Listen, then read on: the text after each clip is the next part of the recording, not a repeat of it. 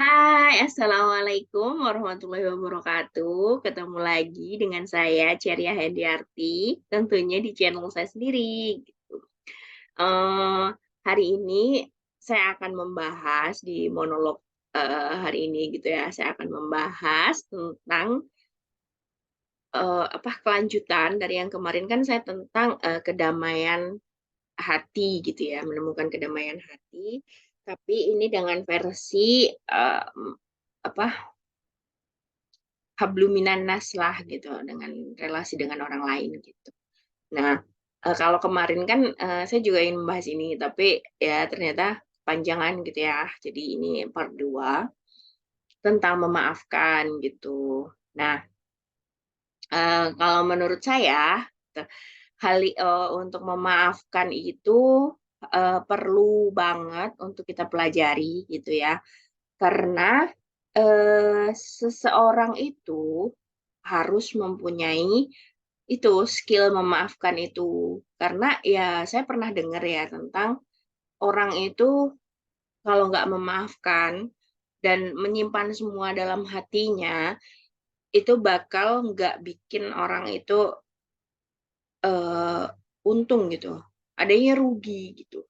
Meskipun kalau dari sudut pandang kita biasa gitu, kayak seumpama ada seseorang yang sebel gitu sama kita. Bukan yang sebel sih, kita yang sebel sama dia karena dia pernah membuli kita atau mengatakan hal-hal yang menyakiti hati kita gitu. Nah, ketika kita ketemu gitu, kita kan sebel gitu. Belum tentu orang itu mau minta maaf, merasa salah pun enggak gitu. Tapi kita tuh sudah kesel, sudah masuk nih kata-katanya gitu ke apa? Ke lubuk hati kita yang paling dalam gitulah ya intinya. Terus kita gini, terus kita tuh ketemu, tapi kita tuh udah sakit hati, udah kesel gitu, kesel banget lah ya ketemu dengan orang-orang kayak gitu gitu. Ketika kita sudah ketemu gitu. Tapi ya gimana gitu. Kita tuh harus ya kalau dipikir-pikir benar gitu. Itu bikin kita tuh rugi gitu.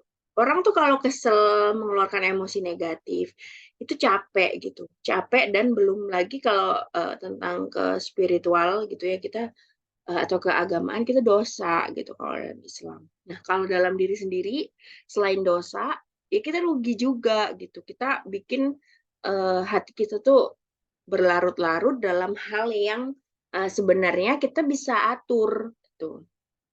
Ya itu tadi contohnya kalau ada orang yang pernah ngomong gitu di suatu momen ngomong kayak ini loh gitu-gitu. Tapi kita udah kesel gitu ya, kita udah terlanjur kesel, dia belum tentu juga merasa bersalah. Oh, dia gaya-gaya, kita belum tentu merasa bersalah gitu. Nah, ya gimana lagi gitu loh, kayak ya jangan kayak gitu, jangan jangan biarkan ini berlarut-larut gitu. Kita harus mencoba memaafkan, kita harus belajar gitu. Memaafkan tuh belum tentu kalau saya sendiri sih, saya itu belum tentu tahap kayak belum sampai tahap memaafkan yang sampai melupakan dan menerima dia kembali gitu. Mungkin saya akan memaafkan dan menerima dia kembali, menerima dia dalam kembali itu dalam konteks kayak pertemanan, ya saya yang berteman gitu. Tapi dia nggak akan masuk ke posisi yang sama gitu. Karena saya itu tipenya adalah kayak ya ya harus ada evaluasi nih gitu. Dia sudah melakukan hal ini, kayaknya dia nggak bisa untuk di posisi ini gitu. Dia harus di sini nih yang lebih gitu, di luar circle satu. Dia nggak bisa di circle satu gitu. Saya yang nggak kuat ataupun nanti dia yang mungkin nggak nyaman gitu. Akhirnya dia mengeluarkan unek-uneknya dengan ngomong buruk dengan saya gitu. Nah, ya udah saya tetap memaafkan meskipun nggak secara lisan gitu. Tapi ya udah saya akan bersikap biasa aja gitu kayak ya udah gitu kita get along biasa gitu. Tapi ya not forgotten gitu, forgiven but not forgotten itulah mungkin yang mungkin lebih cocok gitu ya buat saya menggambarkan sifat saya atau ke mm, atau tindakan saya selama ini gitu. Kalau memaafkan seseorang, saya akan memaafkan gitu. Saya nggak akan ungkit itu di depan mereka, tapi saya ingat gitu. Saya ingat semua hal yang pernah dia lakukan dan saya akan evaluasi gitu, kayak evaluasinya tapi terhadap diri saya sendiri gitu. Jadi kan kita kayak mempunyai circle atau tempat-tempat yang di hati kita gitu, kayak ya ini boleh dilakukan, ini nggak boleh dilakukan gitu. Kalau kita berteman sama orang gitu. Jadi ya itu, jadi kita tuh harus kayak punya hal tersebut gitu. Kita harus set, oh ya dia sebenarnya baik di luar lah di circle 3 gitu. Tapi kita nggak marah gitu sama dia, kita memaafkan gitu. Kalau tips dari saya sih ya, yang pertama saya itu berusaha meletakkan tentang kepercayaan kita pada takdir gitu, dan kita kembalikan gitu pada Allah gitu. Ya semua ini terjadi atas izin Allah gitu. Ya udah gitu, Allah sudah mengizinkan, kita harus menerima gitu. Ya, dia kalau mau ngomong kayak gitu kan pasti Allah yang mengizinkan hingga kata-kata itu terdengar di saya gitu, terdengar, terdengar sama kira-kira kayak gitu gitu. Tapi apa? Terus ya itu eh, lumayan ampuh sih di saya gitu. Jadi yang pertama itu tuh. Jadi kayak kita tuh harus sadar gitu bahwa kita tuh terikat takdir, terikat kuasa Allah gitu. Jadi semua yang terjadi sama kita itu sudah di-approve sama Allah gitu. Jadi Allah tahu, ya udah mungkin kalau hal itu terjadi sama saya, ya udah itu akan jadi suatu pembelajaran lah buat saya gitu. Jadi memang ini adalah hal yang harus saya pelajari gitu. Ketika orang itu ngomong gini gitu, dan banyak gitu nanti yang mungkin ini adalah satu contoh kecil gitu, di next saya akan mendapatkan kembali, bisa jadi gitu ya, kita kan nggak tahu. Ujian itu kan berlapis, bertingkat lah ya, bukan berlapis, bertingkat gitu, kita nggak tahu nanti akan ketemu seheboh apa lagi uh, ujiannya, bullyingnya atau apa yang akan dilakukan sama orang. Jadi karena itu atas seizin Allah, makanya saya selalu berdoa gitu, lindungilah gitu, nanti bertemu dengan orang baik gitu. Kalau memang ya apa harus apa yang terbaiknya itu menurut Allah itu harus bertemu dengan orang seperti itu, lindungilah gitu, lindungilah saya, lindungilah. Pokoknya jangan sampai saya itu ikut terjerembab lah, ikut ikut terpuruk gara-gara omongannya gitu. Meminta perlindungan terus sama Allah gitu. Itu mindset yang pertama.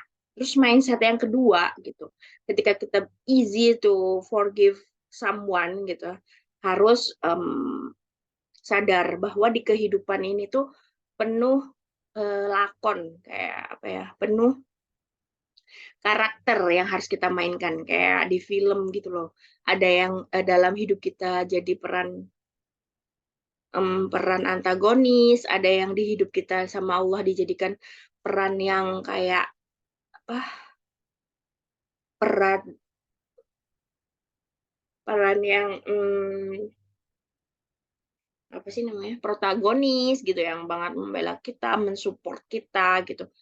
Dan itu pasti pasti akan ada gitu, karena yang ya saya percaya bahwa semua itu berpasangan gitu, kecuali Allah yang tunggal gitu, yang sendiri, tidak ada. Allah itu tunggal, tidak tidak dua, tidak tiga gitu, tapi hanya satu. Allahu Ahad, kayak gitu. Dan Allah menciptakan semuanya itu berpasangan, lebih dari satu gitu. Dan saya rasa komposisi itu akan tetap ada gitu. Ada protagonis, ada yang memang diciptakan sebagai uh, antagonis gitu. Entah antagonis ini lebih banyak, entah protagonis ini lebih banyak, itu tergantung dari Allah gitu. Terserah Allah gitu. Tapi saya itu percaya gitu. Dan mungkin peran saya pada orang lain juga, saya pernah jadi antagonis gitu. So mama, kalau saya dosen ya, saya jadi penguji gitu di sidang. Saya bisa jadi antagonisnya di situ gitu. Saya nggak mungkin menyakiti hati orang, atau hati anak yang saya ini, meskipun saya tujuannya adalah pembelajaran atau apa gitu kan, tujuannya tidak buruk, tapi kan tetap saya itu mengancam gitu, bukan mengancam sih, kayak jadi ancaman bagi anak yang ujian gitu kan, karena ya namanya penguji gitu kan, jadi ujian, jadi anak yang sedang melakukan sidang ini gitu. Nah, kayak gitu sih gitu. Jadi saya tuh hanya kayak menekankan pada diri sendiri bahwa hidup ini juga kayak film, kayak sinetron gitu. Kayak ini ada antagonis, ada yang baik, ada yang buruk, ada yang bersikap, dan mungkin saja kita di kehidupan orang, di POV orang lain kita tuh jadi jahat gitu. Jadi jangan terlalu wah dengan hal tersebut. Tapi kita harus tetap waspada gitu. Kan kita didatangkan antagonis dalam hidup kita. Itu kan harus juga ada, Allah tuh punya tujuan gitu, pembelajaran bagi kita. Bukan kita yang oh iya udah gitu, oh iya iya ada gitu. Bukan seperti itu kalau menurut saya. Tapi harus ada pembelajaran di dalamnya. Jadi kayak gimana kita sih kita itu mengantisipasi kalau ada antagonis datang gitu. Gimana sih kita mengantisipasi ketika antagonisnya sudah terlanjur melakukan melakukan hal yang tadi misi mereka gitu kan, yaitu menjadi antagonis dalam hidup kita gitu. Apa yang kita lakukan gitu? Apakah kita meminta pertolongan pada Allah? Apakah kita legowo gitu, legowo memaafkan sehingga hati kita itu sudah terbiasa ataupun sudah terlatih lah ya ibaratnya menjadi orang yang akhirnya mau memaafkan gitu. Kayak gitu kalau menurut saya itu. Jadi kita tuh kita nggak sendiri gitu. Kita nggak mungkin kita tuh akan jadi protagonis terus meskipun sebaik apapun kita itu nggak akan jadi protagonis terus. Mungkin kita akan dianggap menjadi antagonis oleh seseorang eh, ketika kita mungkin nggak sadar atau apa gitu. Kita akan melakukan peran antagonis itu. Kalau menurut saya gitu. Jadi semua orang akan pernah melakukan itu gitu. Jadi maafkan bahwa ini tuh semua skenario dari Allah gitu. Dan ini semua punya tujuan. Tapi kita harus waspada dan terus dievaluasi gitu. Jangan cuman kayak oh iya ada, tapi kita tuh nggak apa, nggak ada pelajaran yang diambil, nggak ada sesuatu yang akhirnya kita jadikan apa yaitu pelajaran bagi hidup kita gitu. Cuman ya udah gitu, ya udah menjadi pasrah gitu. Nah, itu. Terus yang ketiga, to easy to forgive someone itu dengan tips dari saya adalah dengan memaknai bahwa semua orang itu nggak sempurna gitu ya. Semua orang tuh punya kesalahan. Semua orang pernah melakukan kesalahan. Gitu. Jadi jangan terlalu menghakimi seseorang tuh kayak ya seumpama kita ketemu dengan pezina atau apa. Nah, ternyata dia tuh baik apa tobat gitu. Tapi di sekelilingnya tuh nggak mensupport. Tapi tetap kayak menghakimi dengan satu kesalahan dia gitu.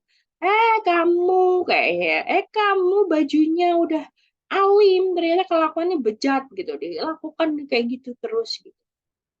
Nah, kita tuh harus benar-benar kayak itu kan orang nggak memaafkan orang lain ya, padahal belum tentu loh, belum tentu yang dia lakukan itu berimbas pada diri orang itu gitu.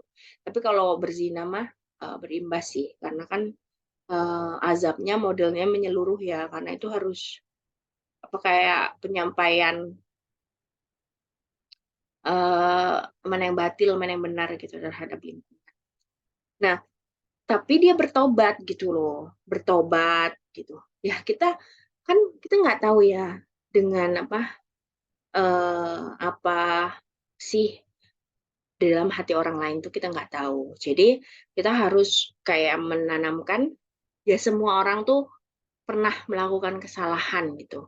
Tapi bukan dengan hanya jadi kayak orang yang anak Gen Z sekarang, semua orang itu memilih dosanya gitu. Ya nggak gitu gitu. Itu namanya dosa yang dianggap kecil gitu loh. Namanya dosa kalau orang yang eh, Muslim atau mukmin yang sejati itu nggak mau loh melakukan dosa itu. Bukan semua orang akhirnya memikirkan, tapi dia tergelincir gitu.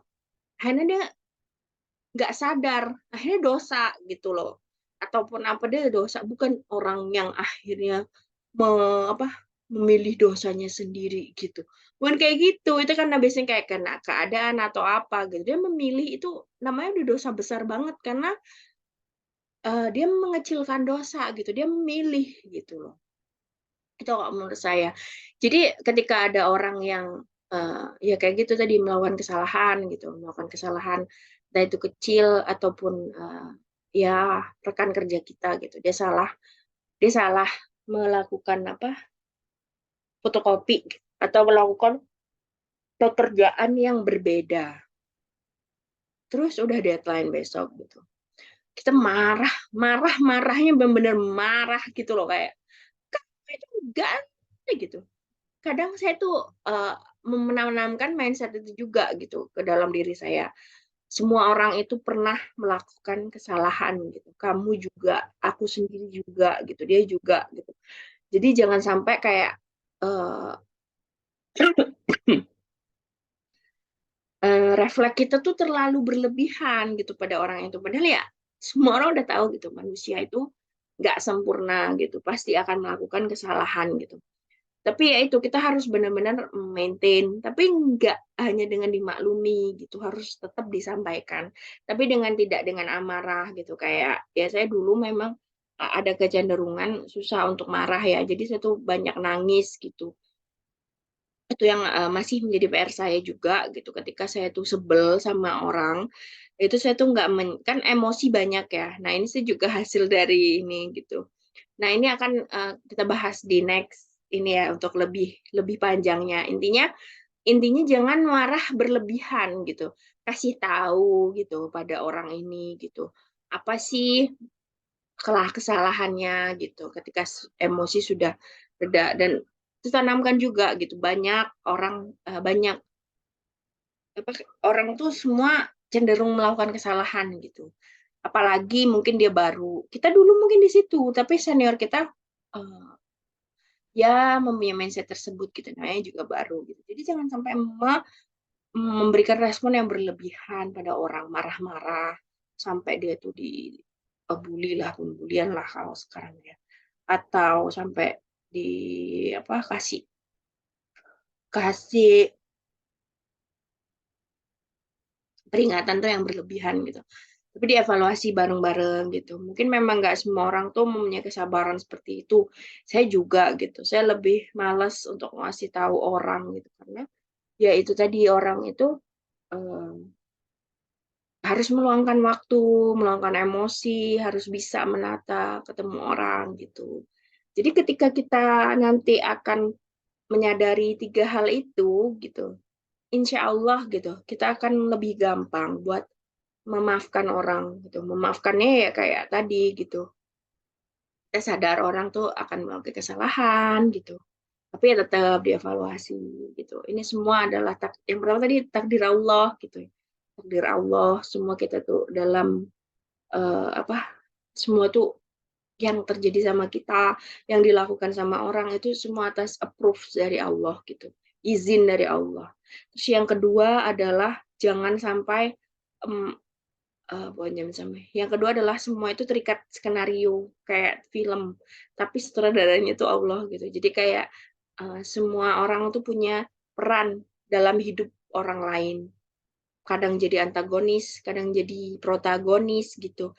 Jadi ya kita juga pernah gitu akan melakukan hal itu pada orang lain gitu.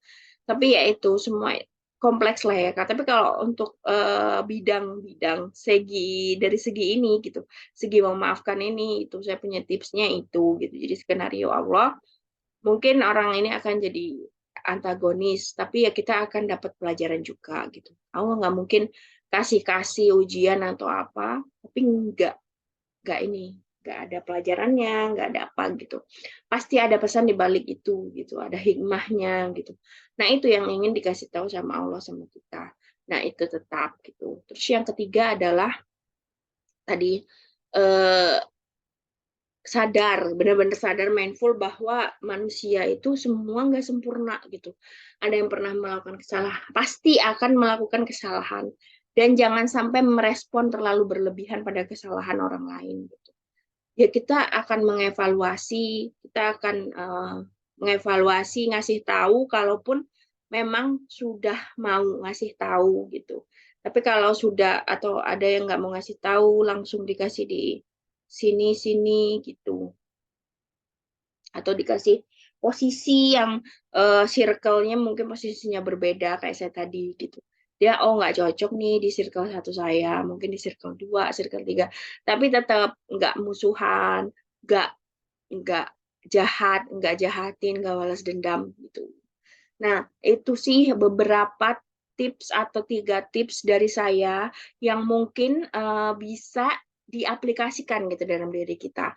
Sehingga kita bisa memaafkan dari orang, lepas dari keinginan balas dendam atau kerugian yang ini, yang apa, banyak akhirnya kayak, ya ini sebenarnya bisa kita lakukan tanpa kita jadi capek lagi gitu. Itu capek banget loh kalau kita marah, masih ini, tapi ya namanya kita sama-sama belajar ya, saya juga nggak 100% gitu, tapi saya masih ingin mengaplikasikan 3 ini gitu. Saya masih gitu, masih ini, saya ingat memang, tapi untuk memaafkan dan ya udahlah gitu. Kita balik lagi biasa aja, tapi tentunya dengan beberapa catatan gitu yang akhirnya akan menjadi bekal kita di next untuk mendapatkan uh, ujian level berikutnya kayak gitu.